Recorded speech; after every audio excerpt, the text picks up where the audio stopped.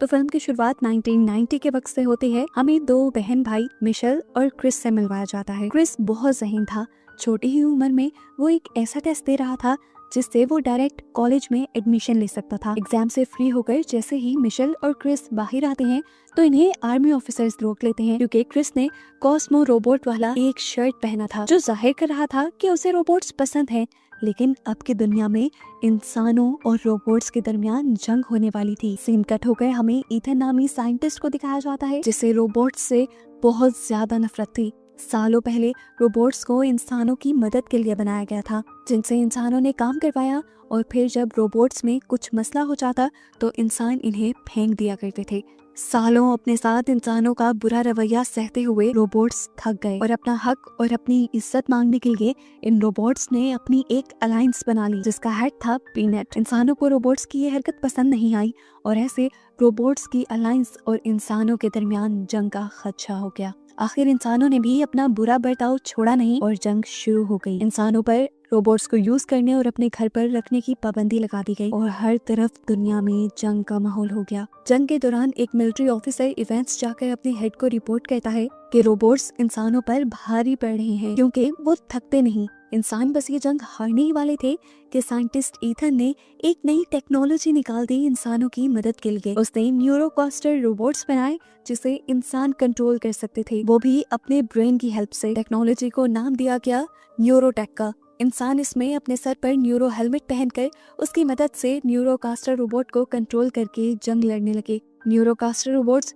बिल्कुल रोबोट्स जैसे ही थे, वो थके नहीं और ऐसे चंद ही हफ्तों में इस नई टेक्नोलॉजी की मदद से इंसानों ने रोबोट्स से ये जंग जीत ली।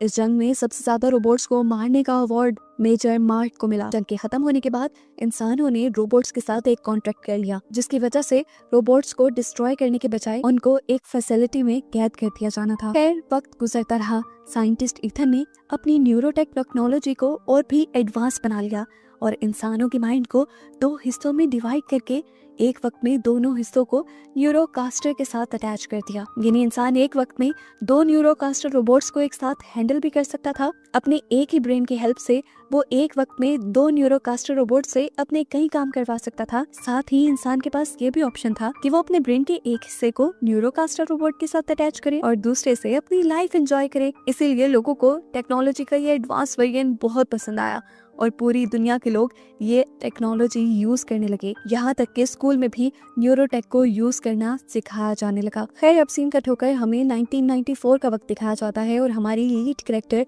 मिशेल को अपने फॉस्टर डैड के साथ रहता दिखाया जाता है। मिशेल स्कूल आती है तो दिखाया जाता है कि सभी बच्चों को न्यूरो हेलमेट की मदद से पढ़ाया जा रहा है, लेकिन मिशेल न्यूरो हेलमेट यूज नहीं करती क्योंकि उसे अपना इंसानी वर्जन ही पसंद है।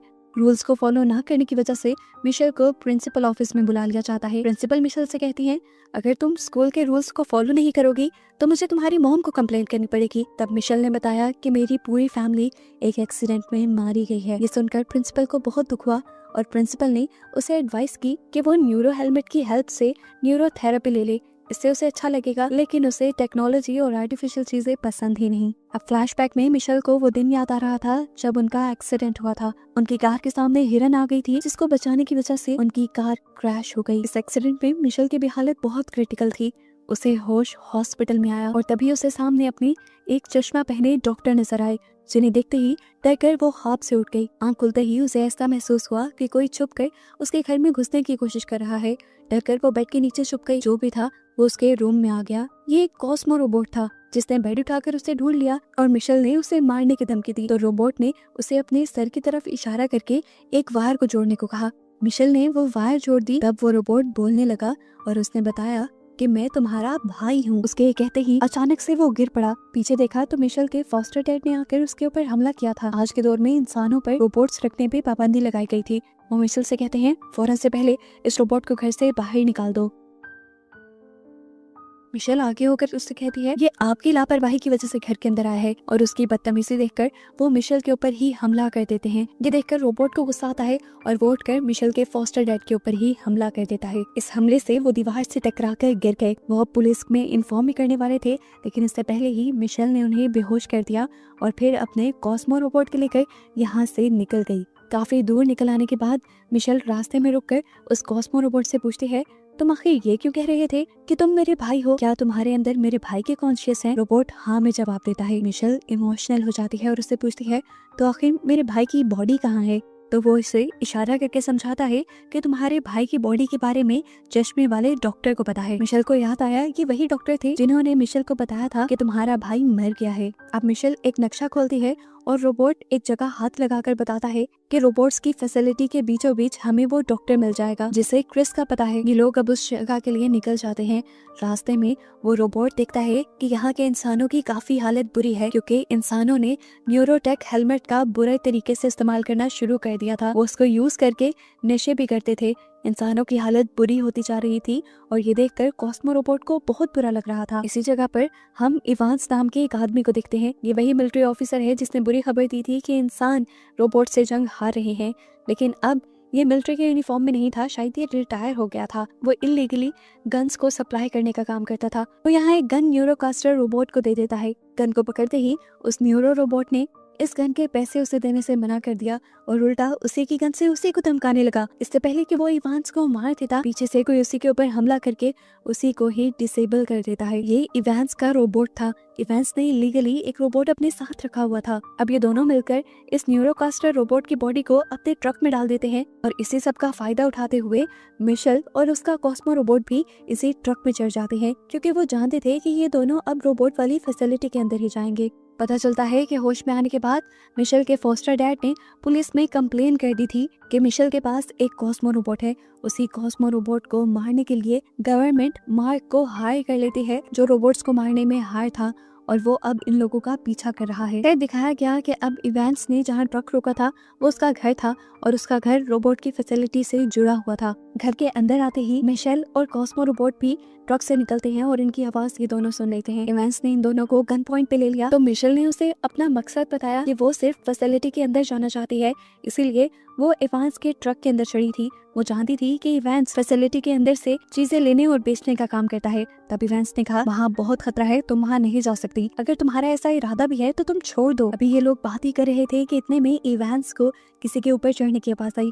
उसने जल्दी से दोनों रोबोट्स को छुप जाने को कहा और देखा कि यहाँ मार्क का न्यूरोकास्टर रोबोट आया था जो उनसे कहता है, बता दो तुम्हारे रोबोट्स कहाँ हैं। मैं जानता हूँ कि मिशेल एक रोबोट की मदद कर रही है और वो उसी के पास है, लेकिन इवांस ने कहा, नहीं ये मेरी बहन है और यहाँ पर कोई रोबोट नहीं। उसका झूठ सुनकर मार्क ने उसके ऊपर हमला कर दिया। इससे उन दोनों रोबोट्स को बहुत ज्यादा गुस्सा आया और उन दोनों ने ही मार्क के ऊपर हमला कर दिया। मौका देखते ही मिशेल ने यहाँ के स्विचेस ऑफ कर दिए और ये चारों यहाँ मार्क के न्यूरोकास्टर रोबोट को चीजों के नीचे धंसाते हुए खुद वहाँ से भाग निकले और असली मार्क अब अपना न्यूरो हेलमेट उतार कर बहुत ज्यादा गुस्से में दिखाई दिया। ये लोग भागकर जहाँ पहुंचे थे वो बहुत ही खतरनाक जगह थी। इवांस भड़का हुआ था क्योंकि यहाँ से बाहर जाने का कोई और रास्ता भी नहीं था। वो मिशेल के ऊपर बहुत ज्यादा गुस्सा करता है और इसी दौरान यहाँ पर स्कैवेंजर्स रोबोट भी आ जाते हैं जो दूसरे खराब हुए रोबोट्स को मारकर अपने अंदर उनके सही पार्ट्स लगाकर अपनी लाइफ बढ़ाते हैं। खैर इधर उधर देखने पर इवांस के रोबोट टिम को एक बहुत बड़ा रोबोट और एक वैन मिल गई। जिस बड़े से रोबोट को इवांस के रोबोट ने कंट्रोल करना शुरू कर दिया, वो यहाँ से निकलने ही वाले थे कि मिशेल ने उनसे मदद मांगी और कहा कि मैं एक डॉक्टर को जानती हूँ जो यही रहते हैं, वो यहाँ से बाहर निकलने का रास्ता जरूर जानते होंगे। अगर तुम हमारी मदद करो तो तुम भी यहाँ से बाहर निकल पाओगे। इवांस उनकी मदद करने के लिए मान जाता है और ये लोग एक वैन में बैठ जाते हैं जिस वैन को वो बड़ा सा रोबोट उठाकर अब चल रहा था। मिशेल ने इवांस से सवाल किया, तुम्हें ये रोबोट कहाँ से मिला? तो इवांस ने बताया कि ये रोबोट मुझे जंग के दौरान मिला था। मैं रोबोट के खिलाफ जंग लड़ रहा था और उस जंग में मेरी दोनों टांगे जख्मी हो गई और तब इसी रोबोट ने मुझे बचा लिया और आज मैं इसी की वजह से जिंदा हूँ और सही सलामत चल सकता हूँ। इसका मेरे ऊपर बहुत बड़ा एहसान है, इसीलिए मैं हमेशा इसे साथ रखता हूँ। जंग के खत्म होने के बाद से जब से हमारे ऊपर बैन लगा है, हम रोबोट्स को नहीं रख सकते, इसीलिए मैं भी उसके साथ छुप कर रहता हूँ। सीन कट होकर हमें साइंटिस्ट ईथन को दिखाया जाता है जो जब अपनी मॉम के पास था तो उसने देखा कि उसकी मॉम की मेमोरी लॉस हो रही है। उसने जब इसकी वजह तलाश की तो उसे पता चला कि ये उसकी न्यूरो टेक्नोलॉजी की वजह से हो रहा है। वो भड़क कर अपनी लैब में आता है और आकर डॉक्टर से पूछता है कि हमारी सर्विसेज खराब कैसे हुई। जिस पर डॉक्टर ने बताया कि क्रिस भाग गया है, जिसकी मदद से हम ये न्यूरो टेक्नोलॉजी चला रहे थे। साइंटिस्ट को गुस्सा आया और उसने पूछा क्रिस कैसे भाग सकता है, उसकी बॉडी तो हमारे पास है। तब डॉक्टर ने बताया कि क्रिस ने अपना कुछ कॉन्शियस एक रोबोट में डालकर उसे भगा दिया है, इसी वजह से हमारे न्यूरोटेक में मसला हो रहा है। इथन गुस्से में था, उसने अपने डॉक्टर से कहा कि फौरन से पहले उस रोबोट को ढूंढो किसी भी तरह, नहीं तो मेरी कंपनी तबाह हो जाएगी। इथन ने अब खुद नैनोटेक की दुनिया में जाकर मार्क से कांटेक्ट किया और उससे कहा कि तुम मेरी हेल्प करो, मेरा एक रोबोट भाग गया है जिसकी वजह से मेरा सारा न्यूरोटेक सिस्टम चलता था, तुम उसे पकड़ लाओ, मैं तुम्हें मुंह मांगा इनाम दूंगा। मार्क ने बताया मैं पहले से ही उस रोबोट और उसके साथ वाली लड़की मिशेल को ढूंढ रहा हूँ। तब इथन ने कहा चलो ठीक है, तुम उस लड़की को पकड़कर जेल में डाल देना और रोबोट को मुझे दे देना। अब क्योंकि मार्क का पुराना न्यूरोकास्टर सूट तो मिशेल और उसके साथियों ने तबाह कर दिया था, इसीलिए इथन ने मार्क को फ्री में न्यू टेक्नोलॉजी वाला न्यूरोकास्टर सूट दिया। सीन कट होकर अब हमें मिशेल और इन सबको दिखाया जाता है जो एक अजीब सी जगह पर खड़े हुए थे। अचानक किसी ने उनके ऊपर फ्रिज फेंककर हमला कर दिया और टीम का ये बड़ा सा रोबोट जख्मी हो गया। कुछ ही देर में आकर उन्हें बहुत सारे रोबोट्स ने बंदी बना लिया और उन्हें लेकर डॉक्टर पीनट के पास, जो इन सब के लीडर थे। मिशेल इनको देखकर हैरान थी कि वो आज तक जिंदा हैं। हेड पूछते हैं तुम्हारा यहाँ आने का मकसद क्या है, हमें मारने के लिए अक्सर इंसान यहाँ आते रहते हैं। तब मिशेल ने बताया मैं आपको मारने या किसी को भी नुकसान पहुँचाने नहीं आई हूँ, मैं सिर्फ एक डॉक्टर को ढूंढने के लिए आई हूँ जो इसी फैसिलिटी के अंदर रहते हैं। डॉक्टर पिनट ने बताया हाँ, यहाँ से कहीं दूर एक सेफ हाउस है, शायद वहाँ पे वो रहते हो। डॉक्टर पिनट मिशेल से पूछते हैं आखिर तुम उस डॉक्टर को ढूंढना क्यों चाहती हो। वो बता देती है कि मैं असल में अपने भाई को ढूंढना चाह रही हूँ जिसका कॉन्शियस इस कॉस्मो रोबोट के अंदर है और मुझे खबर मिली है कि मेरे भाई की बॉडी ईथन कंपनी के पास है। डॉक्टर पिनट भी परेशान हो गए कि आखिर वो एक बच्चे को रखकर अपनी फैसिलिटी में क्या करेंगे। इसका जवाब मिशेल के पास भी नहीं था। दिखाया जाता है कि मिशेल और इवांस अब आगे जाने के लिए तैयार थे। तब डॉक्टर पिनट इनके पास अपने कुछ फौजी रोबोट्स को भी भेजते हैं इनकी मदद के लिए। ये लोग एक पिनट की तरह बनी हुई गाड़ी में बैठकर निकल गए और इतने में ही हमने देखा कि मार्क इस फैसिलिटी के अंदर आ चुका था और उसने इन लोगों को जाता देख लिया। ये लोग जब अपनी मंजिल पे पहुंचे तो वहां जाकर बहुत सारे एवेंजर्स ने उनको घेर लिया। इससे पहले कि वो उनको नुकसान पहुंचाते, वहां एक गाना बजता है और एक सीक्रेट डोर खुल जाता है जिसके अंदर से स्लिप होते हुए ये लोग डॉक्टर कियोन तक पहुंच जाते हैं जिनकी तलाश में मिशेल यहाँ आई थी। इससे पहले कि डॉक्टर कियोन उनसे कोई सवाल करते, मिशेल उनसे सवाल करती है आखिर मेरा भाई कहाँ है, आपने कहा था वो मर गया है, आखिर मेरा भाई जिंदा कैसे है, आपने मुझसे झूठ क्यों बोला था, क्यों कहा था आपने कि वो मर गया है। डॉक्टर कियोन ने बताया कि तुम्हारा भाई ईथन की लैब में है। मिशेल ने पूछा क्यों और किस लिए। तब डॉक्टर कियोन ने बताया आज से 4 साल पहले इंसान जंग में हार रहे थे और इसी सब में तुम्हारा और क्रिस का एक्सीडेंट हो गया। हमने क्रिस का जब MRI किया तो हमें पता चला कि वो बहुत ज्यादा जीनियस है, उसके दिमाग में कुछ एक्स्ट्रा ताकत है जो उसे गॉड ने गिफ्ट में दी थी और यही ताकतें हमारा सहारा बन गई। क्रिस की ब्रेन पावर से ही हम न्यूरोटेक को बना पाए थे। मिशेल गुस्से में थी, उसने कहा फिर आखिर तुमने मुझसे झूठ क्यों बोला कि वो मर गया है। तब डॉक्टर कियोन ने अपने रिपोर्टिक वर्जन में उसे सारा पास दिखाया। तब क्रिस कोमा में था और उसकी बॉडी के जरिए उसके ब्रेन को यूज किया जा रहा था।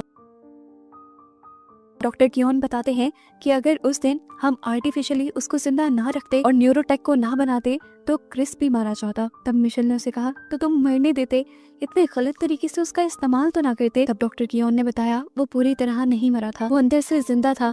एक दिन उसने मेरा हाथ भी पकड़ने की कोशिश की और जिस दिन मुझे ये एहसास हुआ कि वो अंदर से जिंदा है तो मैंने न्यूरोटेक प्रोग्राम को बंद करने की कोशिश की, लेकिन ईथन नहीं माना और उसने मुझे अपनी कंपनी से ही निकाल दिया। तब डॉक्टर कियोन बताते हैं मैंने ही इस रोबोट के अंदर इसके दिमाग का एक कनेक्शन लगा दिया था जिसकी वजह से आज तुम मेरे सामने खड़ी हो। मिशेल को ये सब सुनकर भी उस पर तरस नहीं आया। उसने पूछा आखिर वजह ही क्या थी ये करने की। तब उसने कहा मैं चाहता था कि क्रिस इस रोबोट के अंदर अपनी कॉन्शियस बनाए और रोबोट्स के साथ आकर अपनी एक जिंदगी बना ले, एक फैमिली बना ले। ये सुनकर मिशेल रोने लगी और कहने लगी कि मेरा भाई मेरा था, उसकी फैमिली मैं थी, उसको रोबोट्स की क्या जरूरत थी। इवांस को भी ये सारी कहानी सुनकर डॉक्टर कियोन पे बहुत गुस्सा आ रहा था। इवांस उसे मारने लगा और इसी दौरान दिखाया गया कि मार्क भी इस फैसिलिटी तक पहुंच गया, जिसे CCTV में देखते ही पिनट डर जाता है। मार्क धमाका करवा के इस फैसिलिटी के अंदर आता है तो अंधेरे का फायदा उठाकर ये सब लोग उसके ऊपर हमला करना शुरू कर देते हैं, लेकिन उसका न्यूरोकास्टर रोबोट बहुत ज्यादा मजबूत था, इनके किसी हमले का उसके ऊपर असर नहीं होता। मार्क अपने साथ पूरी फौज लेके आया हुआ था जो इन रोबोट्स के साथ लड़ने लग गए। ये न्यूरोकास्टर रोबोट पुराने रोबोट्स को धड़ाधड़ मार रहे थे। ऐसी सिचुएशन में डॉक्टर ने मिशेल से कहा तुम रोबोट को लेकर यहाँ से चली जाओ, लेकिन इससे पहले कि मिशेल भाग पाती मार्क की उस पर नजर पड़ जाती है और मार्क पीछे से उसके रोबोट का हाथ पकड़कर यहाँ से उड़ जाता है। उन्होंने मिशेल को कुछ नहीं कहा, लेकिन उससे पहले ही यहाँ काफी तबाही मचा दी थी। यहाँ तक कि पिनट भी बुरी तरह जख्मी हो गया था। ये लोग जब वापस रोबोट्स की फैसिलिटी में आए तो देखा कि न्यूरोकास्टर रोबोट्स ने यहाँ सभी रोबोट्स को मार डाला है, और अगर कुछ रोबोट्स बचे भी हैं तो वो काफी बुरी हालत में हैं। यहाँ दिखाया जाता है कि मार्क उस रोबोट को लेकर ईथन के पास पहुंचता है, जिसे देखते ही उसकी सांस में सांस आती है और वो उस रोबोट से कहता है, क्रिस, बहुत परेशान किया तुमने मुझे, अब ऐसा मत करना। उसके डॉक्टर्स रोबोट को पकड़कर एक मशीन में लेटा देते हैं और उसके अंदर से सारे कॉन्शियस को दोबारा क्रिस की बॉडी में डाल दिया जाता है। मार्क यहाँ खड़ा होकर ये देखकर हैरान परेशान था कि ईथन कितने बुरे तरीके से एक बच्चे का इस्तेमाल कर रहा था। ईथन ने बताया कि इस बच्चे की वजह से ही मैं न्यूरो टेक्नोलॉजी बनाकर पूरी इंसानियत को बचा पाया हूँ। यहाँ हम देखते हैं कि मिशेल बहुत ज्यादा उदास थी। तभी फैंस उसके पास आया और उसने उसे हौसला दिया और कहा, मैं तुम्हारे साथ हूँ, हम क्रिस को बचा लेंगे और ईथन की सच्चाई सबके सामने लेकर आएंगे। अब सबसे पहला मिशन था इनका इस फैसिलिटी से बाहर निकलना, जिसके लिए वो पिनट के एक रोबोट के पास आता है जिससे बाहर निकलने का रास्ता आता था। इस रोबोट को बहुत सारी इन्फॉर्मेशन थी। उसने मिशेल को बताया कि पूरा न्यूरोटेक तुम्हारे भाई के ब्रेन से चलता है, और अगर तुम्हारा भाई अपने कॉन्शियस में आ गया, यानी होश में आ गया, तो सारा न्यूरोटेक बंद हो जाएगा। ये सुनकर मिशेल ने कहा, ये तो अच्छी बात है ना, फिर हम इस तरह न्यूरोटेक को बंद करवा सकते हैं। अब ये रोबोट जो मिशेल को सारी बातें बता रहा था, वो उनके साथ उनके इस मिशन में जाने को तैयार था, लेकिन पिनट नहीं। पिनट कहता है, हमें पहले भी जंग नहीं चाहिए थी, पहले भी इज्जत और अमन चाहिए था, और अभी भी यही चाहिए। तब मिशेल उससे कहते हैं, हम वही तो लेने जा रहे हैं, उसी के लिए तो एक और मर्तबा कोशिश करके लड़ेंगे। पिनट के बाकी रोबोट्स को मिशेल का पॉइंट समझ आ रहा था। उन्होंने मिलकर पिनट को भी मना लिया और ऐसे सभी इस मिशन का हिस्सा बन गए। ये लोग अब अपने मिशन के लिए तैयार होकर एक बहुत बड़ी गोल सी शिप में बैठकर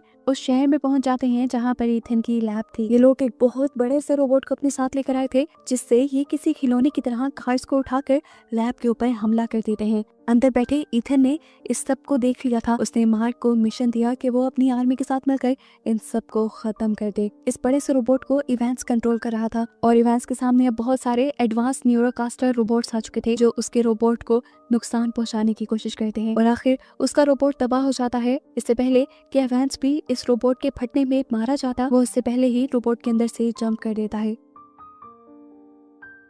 यहाँ दिखाया गया कि पीनट भी एक बहुत बड़े रोबोट को कंट्रोल करते हुए यहाँ आया, और बाकी सारे कॉस्मिक रोबोट भी यहाँ पर न्यूरोकास्टर रोबोट से लड़ने लग गए। जब सबका ध्यान बाहर चलने वाली जंग में था, तभी मिशेल मौके का फायदा उठाकर लैब के अंदर चली आई। मिशेल ने अपने रोबोट के जरिए यहाँ पर मौजूद सभी साइंटिस्ट को डराकर यहाँ से भगा दिया, जिसके बाद उसने यहाँ मौजूद एक न्यूरो हेलमेट को पहन लिया जो उसके भाई से कनेक्टेड था। बाहर दिखाया गया कि मार्क अपना एक बहुत बड़ा न्यूरोकास्टर सूट पहन के आया, जिसकी मदद से उसने यहाँ पर तबाही मचाना शुरू कर दी, धमाके करना शुरू कर दिया। यहाँ पर मार्क सबको मारते मारते पिनट के भी सामने आ गया। जिस टाइम पिनट एक कास्टर रोबोट को मारकर फ्री हुआ था, मार्क ने उसके ऊपर गन तान दी और उससे पूछा, अब क्यों ये जंग लड़ रहे हो? तो पिनट ने कहा कि आजादी से बड़ा कुछ नहीं होता। उसने पूछा, मौत भी नहीं? तब पिनट ने कहा कि अगर मेरी मौत से मेरे बाकी साथियों को आजादी मिल जाती है तो मुझे ये मौत अच्छी है। उसकी बात सुनकर मार्क इम्प्रेस हो जाता है और उससे कहता है, तुम्हारे अंदर एक इंसान से भी ज्यादा इंसानियत है। मैं आज एक इंसान से मिला जिसके अंदर रोबोट से भी कम हसास है। वो